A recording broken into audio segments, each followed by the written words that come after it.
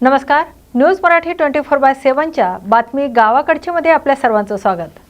नांदेड शहरात दरवर्षीप्रमाणे यंदाही होले मोहल्ला उत्सव मोठ्या उत्साहात आणि भक्तिभावाने साजरा करण्यात आलाय। शीख धर्माचे 10वे गुरु गोविंद सिंग यांच्या स्मृतींनी पावन झालेल्या नांदेडमध्ये या उत्साहासाठी देश विदेशातून भाविक मोठ्या संख्येने दाखल झालेत।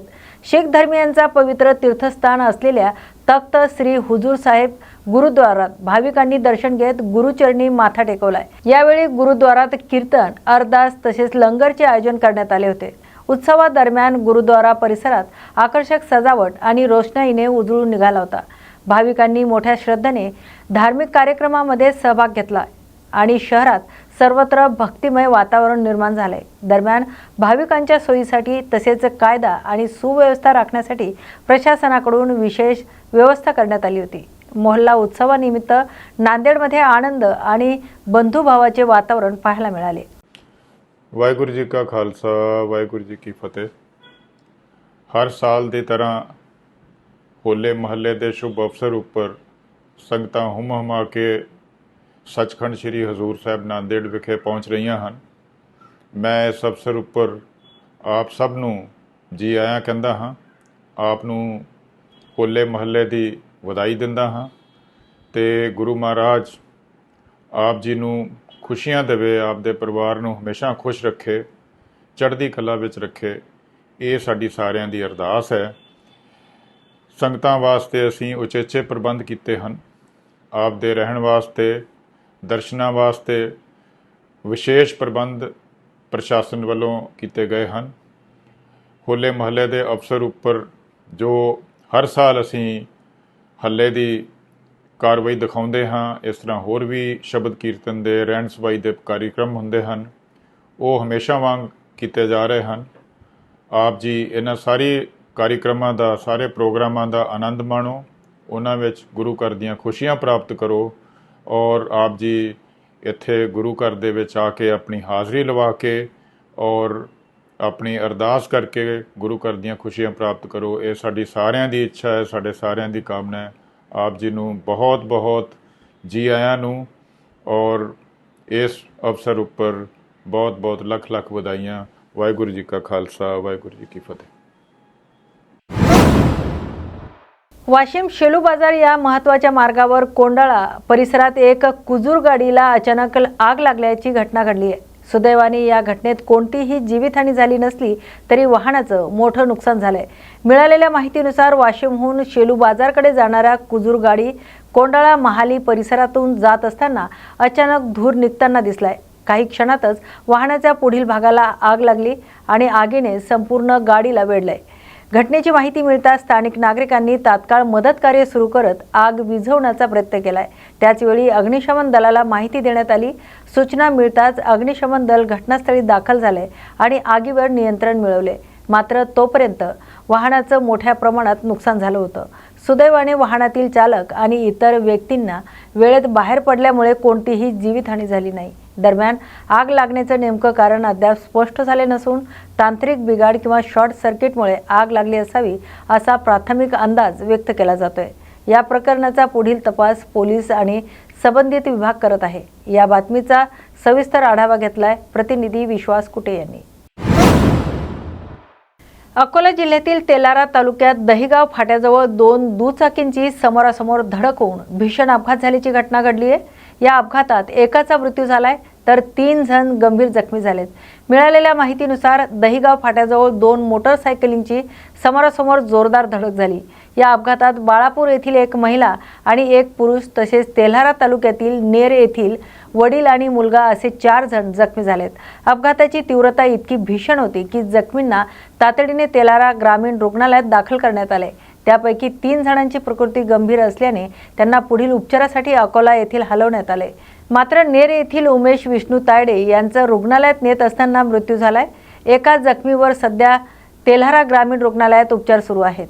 दरम्यान अपघाताची माहिती मिळताच स्थानिक नागरिकांनी तत्परता दाखवत जखमींना तात्काळ रुग्णालयात पोहोचवले। या प्रकरणाचा पुढील तपास तेल्हारा पोलीस करत आहेत। या बातमीची सविस्तर माहिती घेतली आहे तेल्हारा प्रतिनिधी राजेश पाटील खारोडे यांनी।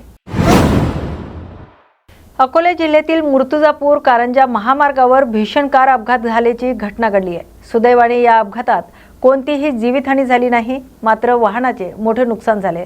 मिळालेल्या माहितीनुसार MS37 MD 7968 क्रमांकाची काळी फ्रॅक्स कार कारंजा येथून मूर्तिजापूरकडे जात असताना उमरी अरब परिसरात चालकाचं वाहनावरील नियंत्रण सुटले। त्यानंतर कार दुभाजकाखाली असलेल्या विजेच्या खांबाला जोरदार धडकली आणि रस्त्यालगत एका घरासमोर उलटली। अपघातानंतर कारची दिशा पूर्णपणे बदलली होती। या कारमध्ये मुरली बंग नावाचा एकमेव व्यक्ती प्रवास करत होता।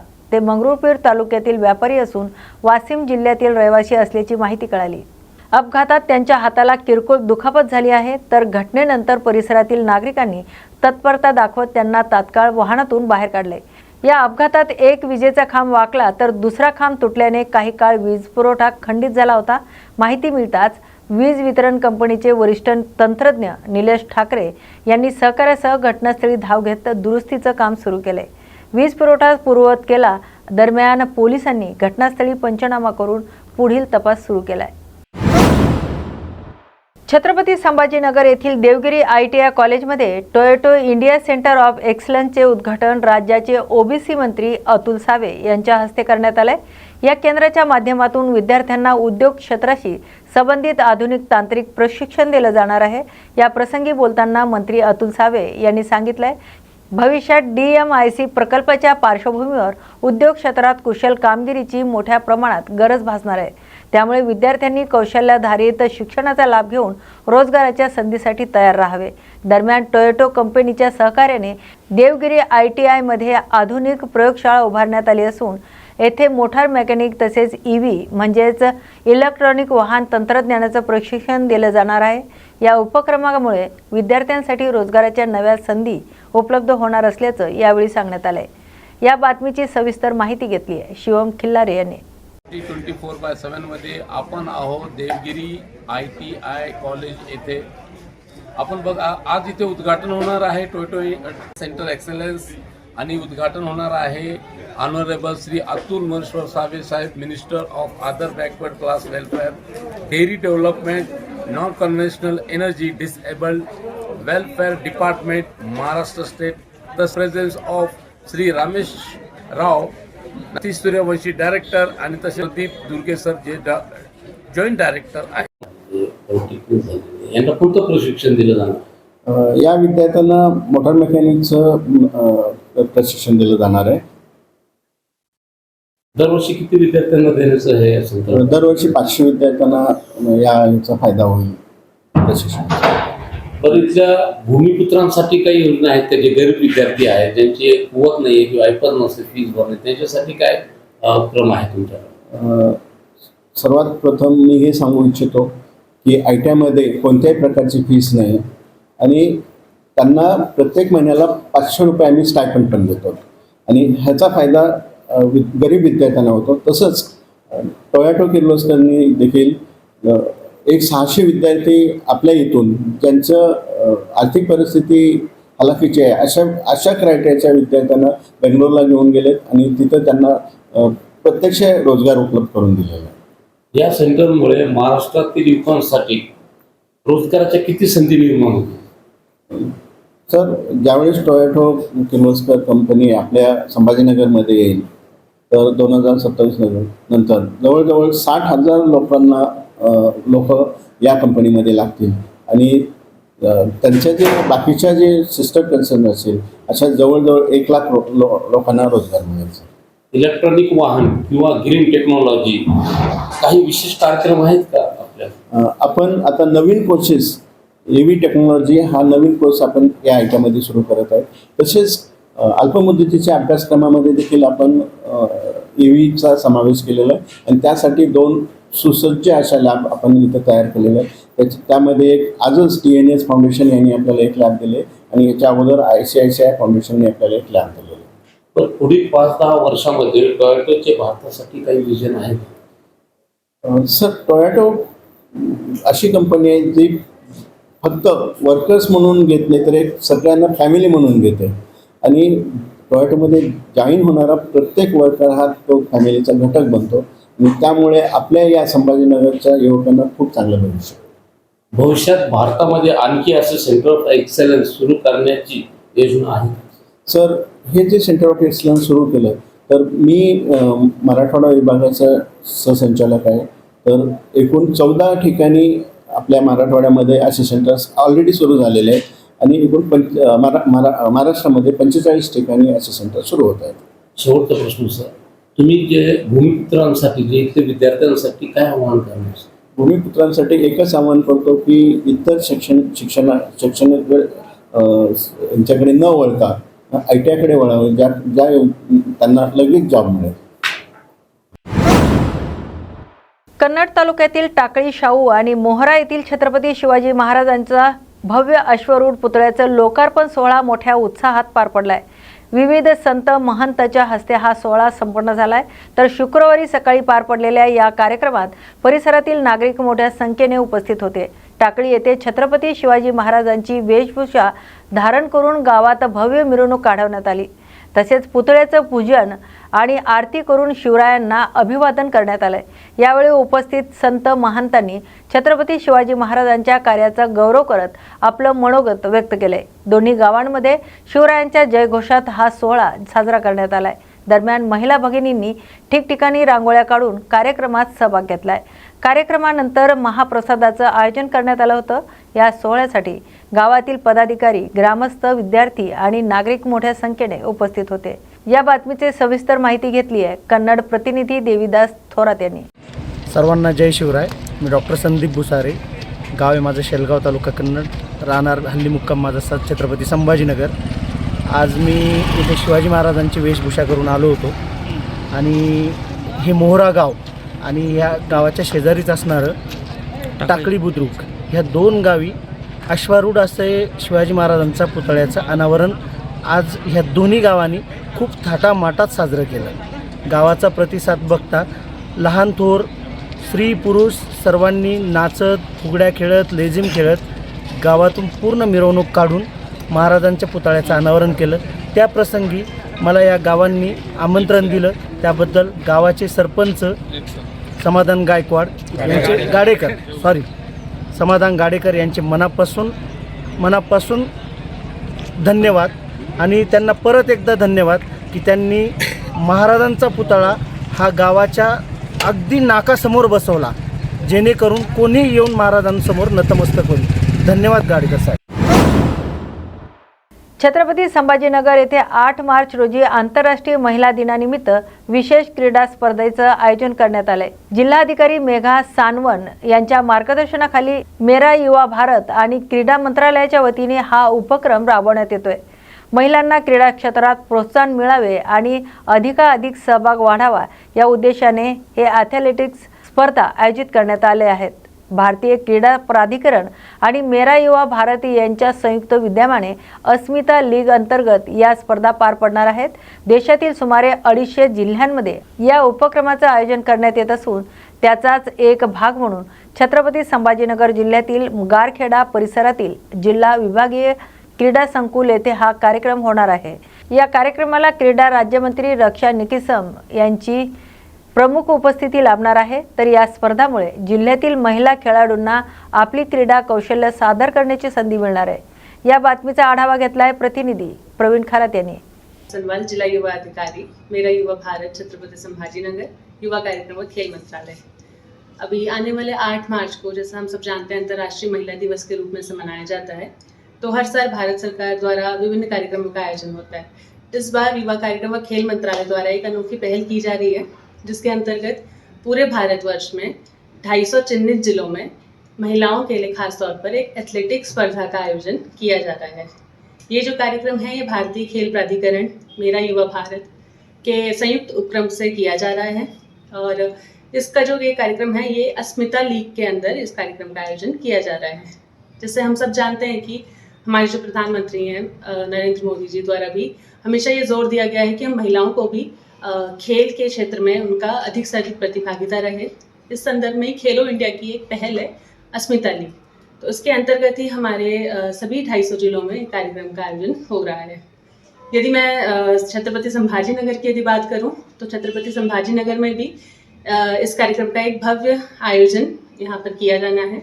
आने वाली 8 मार्च को जिला विभागीय क्रीड़ा संकुल गारखेड़ा परिसर में सुबह 7 बजे से इस कार्यक्रम का आयोजन होना है।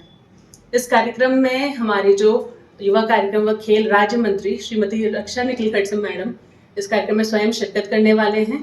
और यहाँ पे ये जो कार्यक्रम है ये केवल एथलेटिक्स तक ही सीमित नहीं है।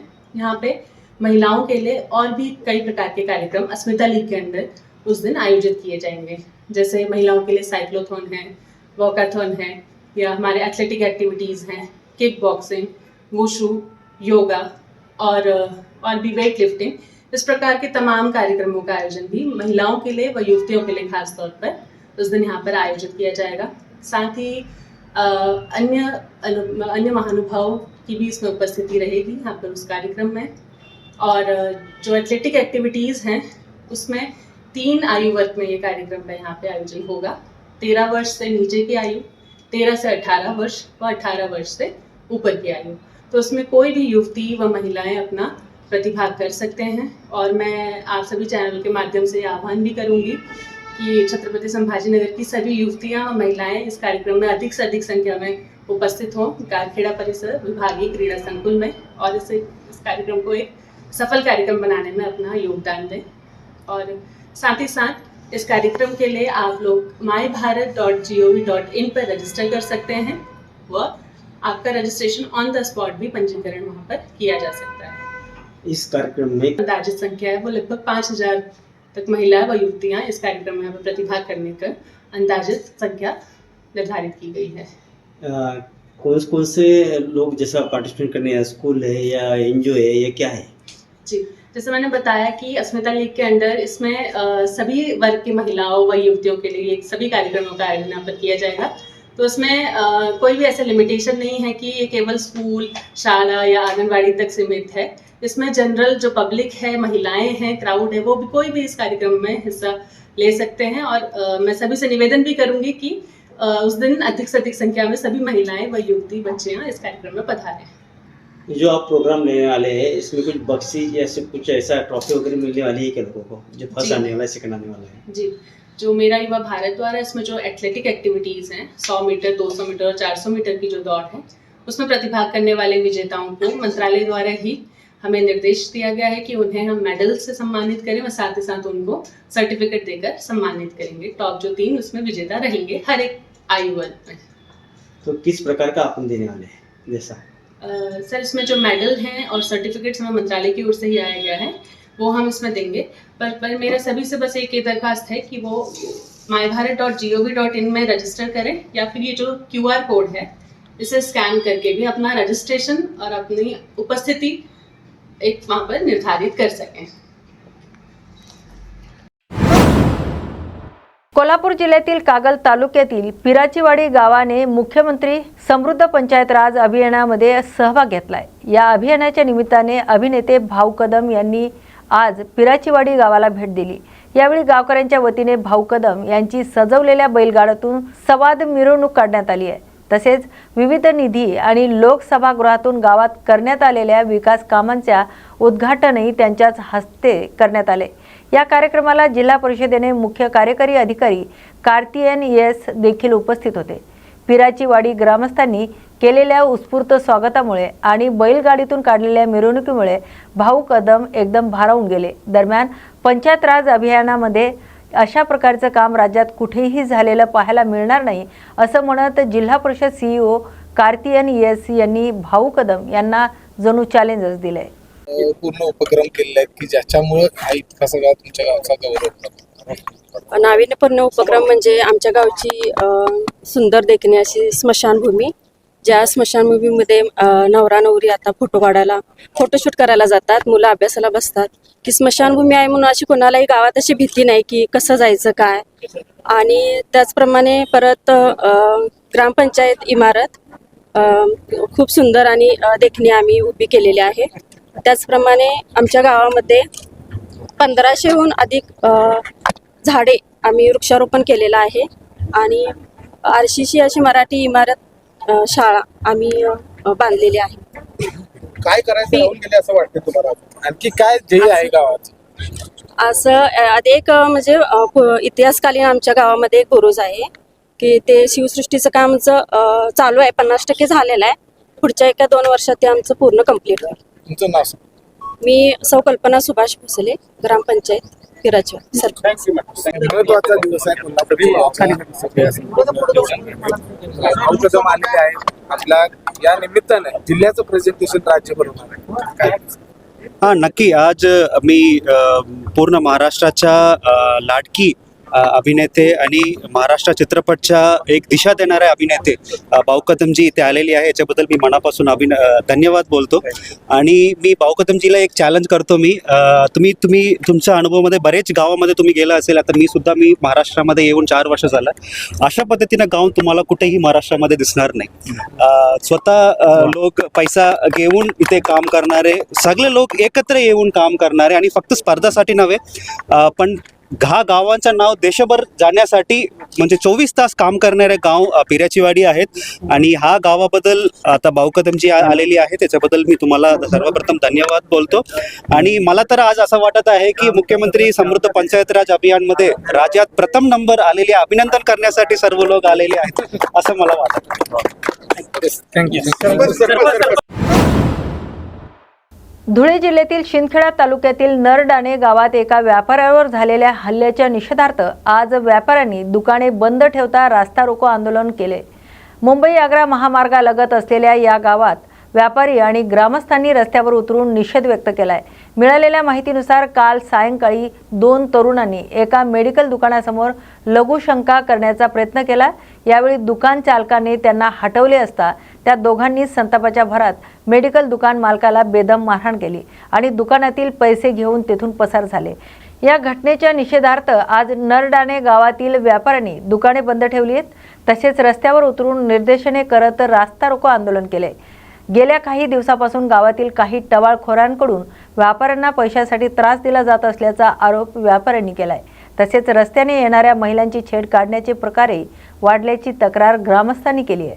दरम्यान दोषींवर तात्काळ कठोर कारवाई करावी अशी मागणी व्यापारी आणि ग्रामस्थांनी प्रशासनाकडे केली आहे. ती काय होती आणि तोडफोड कोणी आणि का करण्यात आली? माझं नाव रवींद्र शांताराम देसले. माझ्या मेडिकलचं नाव श्री अमरनाथजी मेडिकल. संध्याकाळी 8:30 वाजेच्या सुमारास इथे समोर या भिंतीजवळ 2-3 लोक आले. 2 लोक अनोळखी पोरं होते, 2-3 होते. लगेच करत त्यांना म्हटलं पुढे जाऊ. थोडंसं इथं लेडीज कस्टमर उभी होती, येतं जातं उभीच होती. ते त्यांना पण ते बाचाबाची तुम मायनं जाऊन अर्धशे काय जागातून माफी काय बादर शोध येतं त्या बारकावी त्या बलायले कोणता मालकच आहे, कोणले काहीच आहे, कोणी कामला यावर बशी राहणार शिवाय देत होते जागा मालकांना, दुकान मालकांना. त्याच्यावरून ते झालं. त्यांना म्हटलं त्यामुळे म्हटलं का तो म्हणे आम्हाला बोलतच नाही. म्हटलं का तुम्ही का अधिकार आहे का बोलायला? मग तुम्हाला अधिकार आहे असं बोलायला सांगितलं. त्यांनी फोन करून एवढी गर्दी अशी गर्दी सगळी गर्दी गोळा केली. तेव्हा 4-5 लोक आले, आडवं पाडून मला मारायचा त्यांनी प्रयत्न केला. माझ्या खिशातून किती पैसे होते काय ते जवळजवळ 8-10 हजार रुपये, 10-1,000च्या आसपास गायब झाले. आणि इथं मारलंय बघा, इथं मोठाला लागलं सांग डायरेक्ट फिल्म स्टाईलचा बुक्का मारून कानाला व्यासत सपासप 2-4 दिले.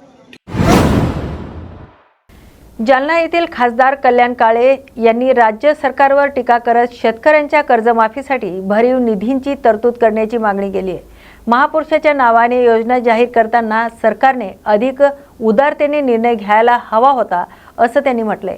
खासदार काळे म्हणाले की सरकारने जाहीर केलेल्या कर्जमाफी योजनेतून पुरेसा निधी ठेवण्यात आलेला नाही, तर राजा उदार झाला आणि हाती भोपळा दिला अशा शब्दात त्यांनी सरकारच्या निर्णयावर टीका केली.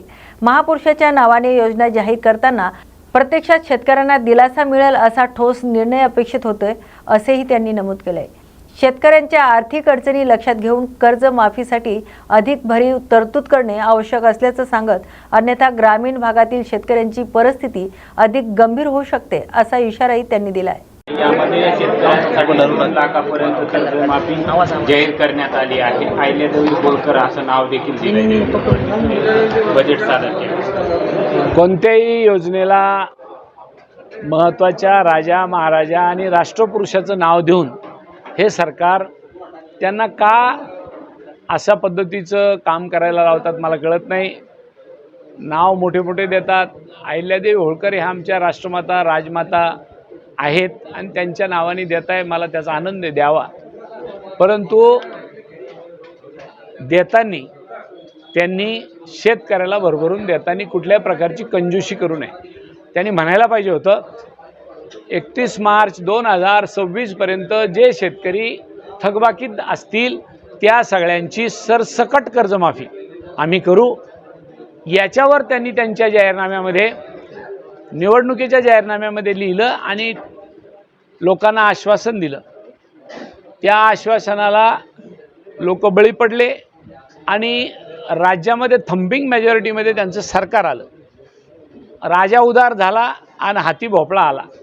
वाईट या गोष्टीचं वाटतं की ज्या शेतकऱ्यांनी भरभरून तुम्हाला मतं दिली आणि आपलं सरकार मोठ्या संख्येने निवडून आलं, त्या शेतकऱ्यांना आता आपण नागडं करू नये, त्यांना अडचणीत आणू नये. पहिल्यांदाच शेतकरी अडचणीत सापडलेला आहे. एक कर्जमाफी देऊन त्यांना निश्चितच मोठी भरीव मदत करायची गरज आहे. परंतु दुर्दैवानं कर्जमाफी तर करणारच नाही, त्याच्या पुढे जाऊन अमेरिकेच्या शेतकऱ्यासोबत आमच्या भारतातल्या शेतकऱ्याची स्पर्धा लावण्याचं काम या सरकारने सुरू केलं आहे. आज सोयाबीन, सोयापेंड, सोया ऑइल, मक्काचं पशुखाद्य आणि त्याचबरोबर कापूस या सगळ्या गोष्टी आयात टॅक्स न लावता, इम्पोर्ट ड्युटी न लावता अमेरिकेतून आपल्या देशात येणार आहे. आणि आपल्या देशातला माल त्यांना पाठवायचा असेल, आपल्याला मात्र 18% टॅक्स लागणार आहे. हे आपल्या देशाचं दुर्दैव आहे की ज्या भारतीय जनता पक्षाचं केंद्रातलं सरकार आहे त्या सरकारने शेतकऱ्यांची अशी फसवणूक करू लागले, हे योग्य नाही. आणि निश्चितच या सगळ्या कामासाठी आदरणीय राहुल गांधी साहेबांच्या नेतृत्वाखाली आम्ही रस्त्यावर उतरून शेतकऱ्यासाठी लढाई लढू. रत्नागिरी येथे धर्मांतर विरोधी कायद्याबाबत प्रस्तावित विधायकांवर जगद्गुरू रामानंदचार्य नरेंद्र आश्चर्यजी यांनी आपलं मत व्यक्त केले. त्यांनी या विधेयकाचं स्वागत करत राज्य सरकारवर तसेच मुख्यमंत्री देवेंद्र फडणवीस यांच्या कामाचं अभिनंदन केले.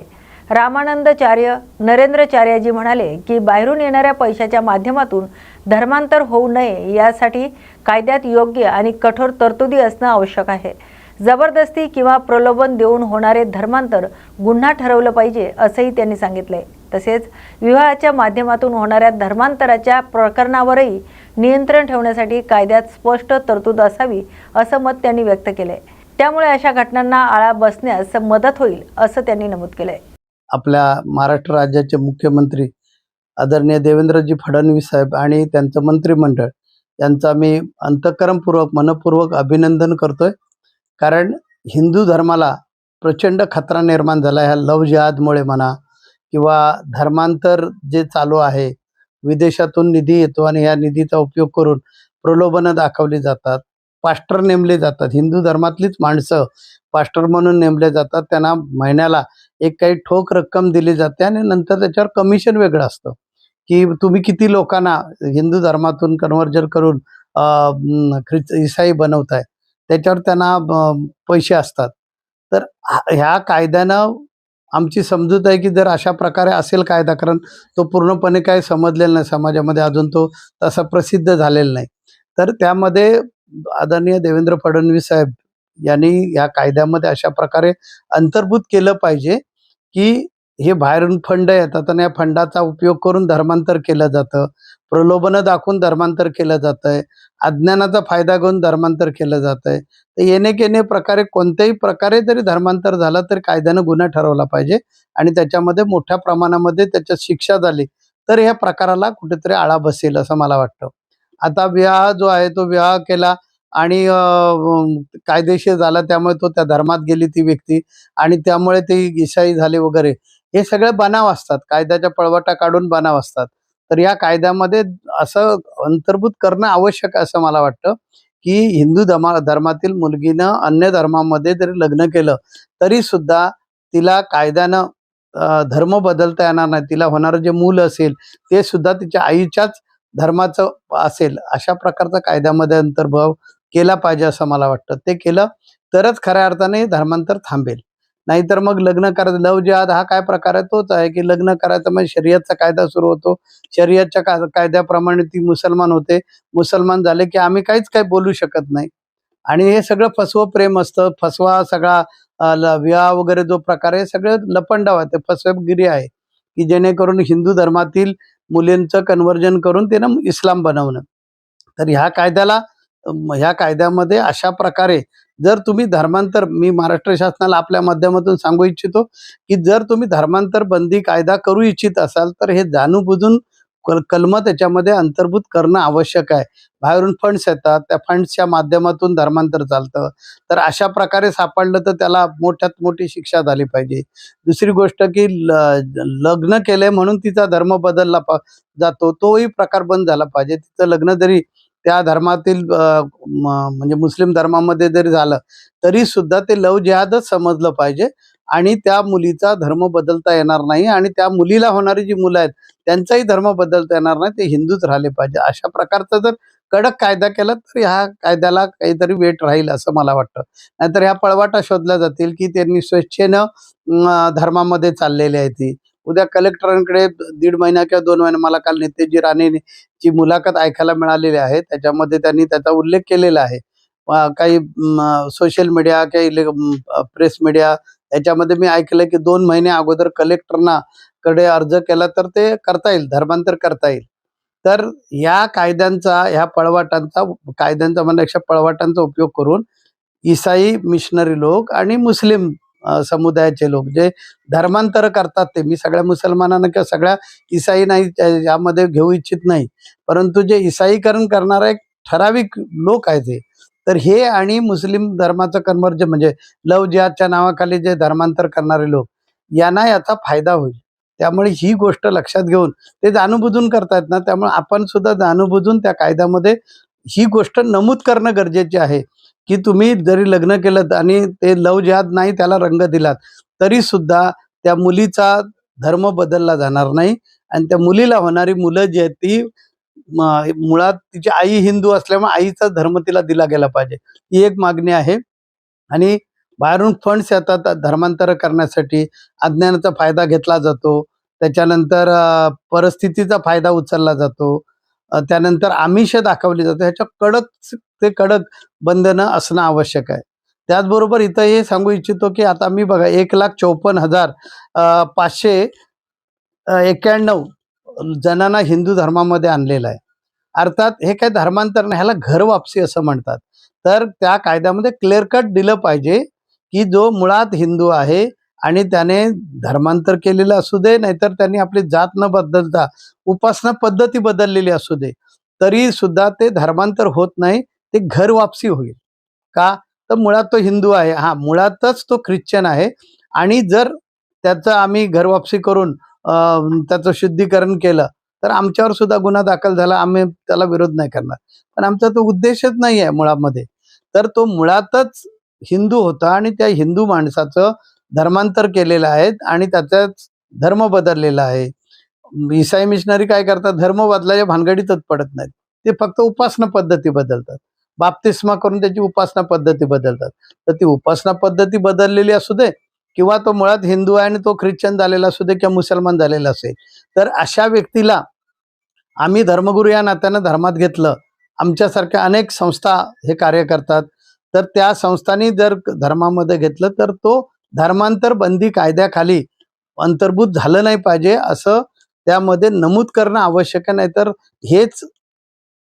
हाच कायदा हिंदू धर्माच्या मुळावर येईल आणि आम्हाला हे घरवापसी कार्य करणं कठीण होऊन जाईल, कारण याच्या पाठीमागे पॉलिटिक्स आहे की हिंदू धर्माला जगातून संपवून टाकायचा. त्यामुळे मुसलमान आणि ख्रिश्चनांनी ते रचलेलं एक षडयंत्र आहे, तर या षडयंत्राचे बळी आम्हीच पडू. त्यामुळे महाराष्ट्र शासनाने हा कायदा करत असताना आम्ही सांगितलेली सूचना विचारात घेणं आवश्यक आहे असं. रत्नागिरी जिल्ह्यातील खेड तालुक्यात असलेल्या लोटे औद्योगिक वसाहतीतील डॉक्टर खान केमिकल कंपनीमध्ये आज दुपारी स्फोट झाल्याची घटना घडली आहे. या स्फोटात 9 कामगार जखमी झाले असून त्यांना तात्काळ उपचारासाठी हलवण्यात आले. मिळालेल्या माहितीनुसार दुपारी सुमारे 2:15 सुमारास कंपनीत अचानक स्फोट झाला। घटनेची माहिती मिळताच खेड पोलीस ठाण्याचे अधिकारी तसेच मंडल अधिकारी एडगे यांनी घटनास्थळी भेट देत परिस्थितीचा आढावा घेतलाय। दरम्यान कंपनी व्यवस्थापनाकडून औद्योगिक सुरक्षा विभाग आणि प्रदूषण नियंत्रण मंडळाच्या अधिकाऱ्यांना घटनेची माहिती देण्यात आली। जखमी कामगारांवर सध्या प्राथमिक उपचार सुरू असून या घटनेचा अधिक तपास प्रशासनाकडून करण्यात येतोय। राज्याच्या अर्थसंकल्पावर विधेयकाकडून टीका करण्यात येत असून हा अर्थसंकल्प केवळ आकड्यांची फेकाफेक करणारा असल्याचा आरोप करण्यात आलाय। माजी मंत्री यशोमती ठाकूर यांनी सरकारवर टीका करत मोठ्या घोषणा केल्या जातात, मात्र प्रत्यक्षात पुरेसा निधी दिला जात नसल्याचा आरोप केलाय। यावेळी त्यांनी सांगितले की मुख्यमंत्री, अर्थमंत्री आणि महसूल मंत्री विदर्भातील असतानाही विदर्भाच्या सिंचनासाठी अर्थसंकल्पात ठोस तरतूद करण्यात आलेली नाही। तसेच लाडकी बहीण योजनेची रक्कम 1500 रुपयावरून 2100 रुपये करण्याचं आश्वासन दिलं होतं, मात्र यंदाच्या अर्थसंकल्पातही ती वाढ करण्यात आलेली नाही असा आरोप त्यांनी केलाय। तर शेतकऱ्यांचं उत्पन्न वाढवण्याबाबत सरकार मोठ्या घोषणा करत असलं तरी गतवर्षी कृषी विकास दर 3.4% घसरलाय। याचं उत्तर सरकारने द्यावं अशी मागणी त्यांनी केली आहे। तसेच सरसकट कर्जमाफीचं आश्वासन देऊनही केवळ 2 लाखापर्यंतचं पीक कर्जमाफीचा निर्णय घेण्यात आल्याची टीकाही त्यांनी केली आहे। सर्वात प्रथम तर हे म्हणेल की आज अजितदादांची आठवण आली आणि त्यांचा घातपात झाला की तो ॲक्सिडेंट होता याच्याबद्दल अजूनपर्यंत सरकारने स्पष्टीकरण दिलेलं नाही आहे। त्या कंपनीवर FIR पण अजूनपर्यंत हे करत नाही आहेत, याचं दुःख व्यक्त करते। आणि आजचा जो अर्थसंकल्प होता तो निव्वळ आकडेवारीची फेकाफेक होती असं माझं ठाम मत आहे। जसं गाजर केंद्र सरकारने दिलं तसं गाजर आता या राज्य सरकारनेही आपल्याला दिलं। आपल्याला म्हणाले होते की सरसकट कर्जमाफी आणि आता 2 लाखाची फक्त घोषणा केलेली आहे। सरसकट हे लोक देत नाही आहे। मग शेतकऱ्यांची दिशाभूल मोठ्या प्रमाणात या ठिकाणी केलेली आहे। शेतकऱ्यांचा विकास दर तुम्ही म्हणताय ना की 9% शेतकऱ्यांचा उत्पन्न दर वाढणार, तर मग विकास दर त्या ठिकाणी मागच्या वर्षीपेक्षा या वर्षी 3.5% कमी कसा काय झालेला आहे? काय करताय? लाडकी बहिणीला म्हटला होता 2100 देणार, ते 1500 वरच तुमचं अडकलेलं आहे। एकंदरीत माझं मत असं आहे की ह्या अर्थसंकल्पामध्ये घोषणाबाजी भरपूर आहे पण तरतुदी त्या ठिकाणी दिसत नाही आहेत। भरपूर घोषणा यांनी केलेल्या आहे, घोषणांचा बाजार इथं आहे, पण त्या हिशोबानं ज्या तरतुदी वाटतात द्यायला पाहिजे तेवढ्या तरतुदी दिलेल्या नाही आहेत। आज साधीची गोष्ट सांगते, आज हॉस्पिटलमध्ये त्या ठिकाणून मला फोन आला आणि आरोग्याचे जे पैसे असतात जे आपण म्हणतोय की आपण देतोय, घोषणा करतोय मोठ्या की एवढे आम्ही तुम्हाला याची आरोग्यामध्ये सेवा करू किंवा एवढी मदत करू। एक पेशंट आमचा त्या ठिकाणी होता आणि त्याला ICUचे पैसे सुद्धा आम्ही तुम्हाला काही मदत करू शकत नाही कारण मागच्याच वेळेसची बिलं दिलेले नाही आहेत। MREGSचे पैशांचं अजून काही नाही। काल परवा आम्ही मेळघाटात होतो, तिथं त्या आदिवासी मंडळींकडे होळी हा सण असतो, त्यांच्यासाठी पण काही नाही आहे। म्हणजे एकंदरीत तुम्ही बघितलं गेलं तर हा घोषणाबाजीचा अर्थसंकल्प मला दिसतोय। अमरावती जिल्ह्यासाठी काही खूप मोठं या ठिकाणी दिसत नाही आहे। मुख्यमंत्री, अर्थमंत्री, महसूल मंत्री सगळे विदर्भामधले आहेत, तरी विदर्भासाठी या ठिकाणी काही असं ठोस दिसत नाही आहे। हा अर्थसंकल्प घोषणाबाजीचा अर्थसंकल्प आहे असंच माझं मत आहे। बातमी गावाकडची या बातमीपत्रात आपण इथेच थांबतोय। अशाच नव्या आणि ताज्या बातमीपत्रांसाठी पाहत राहा न्यूज मराठी 24/7। नवा भारत, नवा विचार।